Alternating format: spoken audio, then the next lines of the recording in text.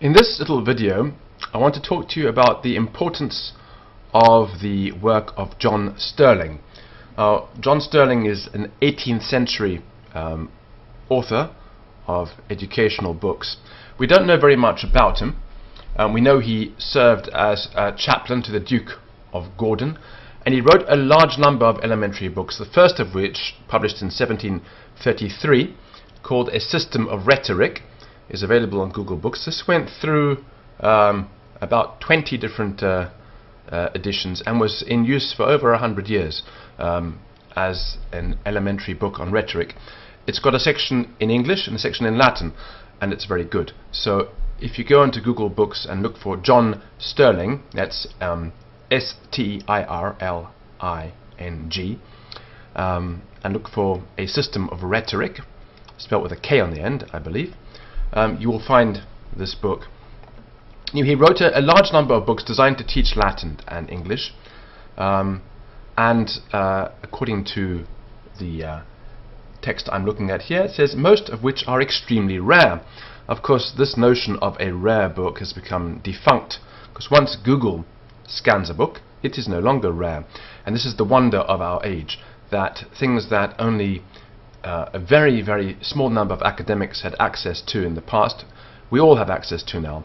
And a large number of Stirling's books are available, and they are very important.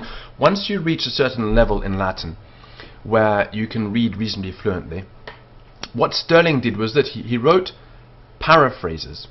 And not only did he write paraphrases, but he also put the accent marks on the words. Now, he didn't note all the quantities, but once your Latin's above a certain level, it's just sufficient to have the accent marked, because then you can work out which syllables are long and short, certainly insofar as the prosody is concerned.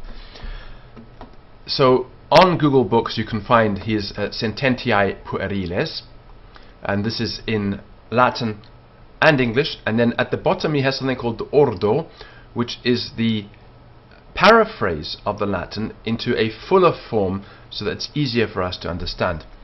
Catonis Distica Moralia, also available. Publi Terenti Comoediae Sex, also available. All of these with a Latin paraphrase, and the Latin paraphrase, as I said, has got the accent marks on it. Very, very important if you are a beginner, or even reasonably, I would say, one stays a beginner in terms of pronunciation for quite a few years. Paedri Fabulae, Eutropius is available. That's just been scanned.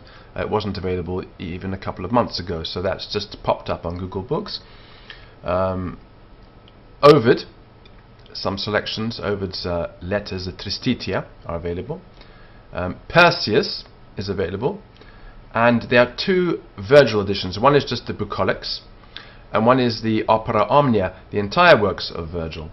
Now, if you're studying Virgil at school or university, I would say that Stirling's paraphrases are very important. Now, the reason why you won't have come across them before is that your teachers and lecturers won't know about them, because, as I said, these are, or were, extremely rare books. So very, very few people knew about them. They'd fallen off the wheelbarrow of collective memory, so to speak.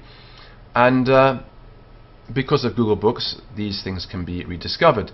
I in particular was looking for paraphrases, and I came across a reference to Stirling, and then I started to dig around, and I found the first of his books, and I thought this is actually an extremely important educational resource if you want to become fluent in Latin. There's now a large corpus of Stirling's work, and I would highly recommend reading through it.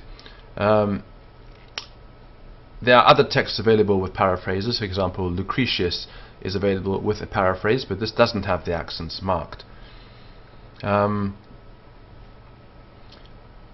So if you want to learn rhetoric, then Stirling's Rhetoric is worth reading. This is in English, and there's even a little academic work on it. If you go into Google Books and look for Michael Moran, he wrote a paper, a monograph called John Stirling and the Classical Approach to Style in 18th Century England.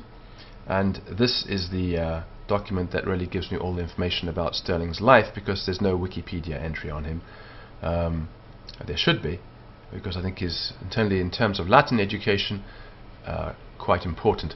So that's John Stirling, John Stirling, Stirling.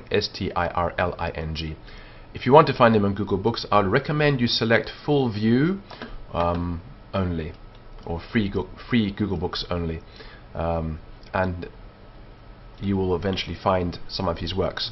Even when you do a search for him, they don't all come up so easily. That's John Stirling, and once again, he has my highest recommendations.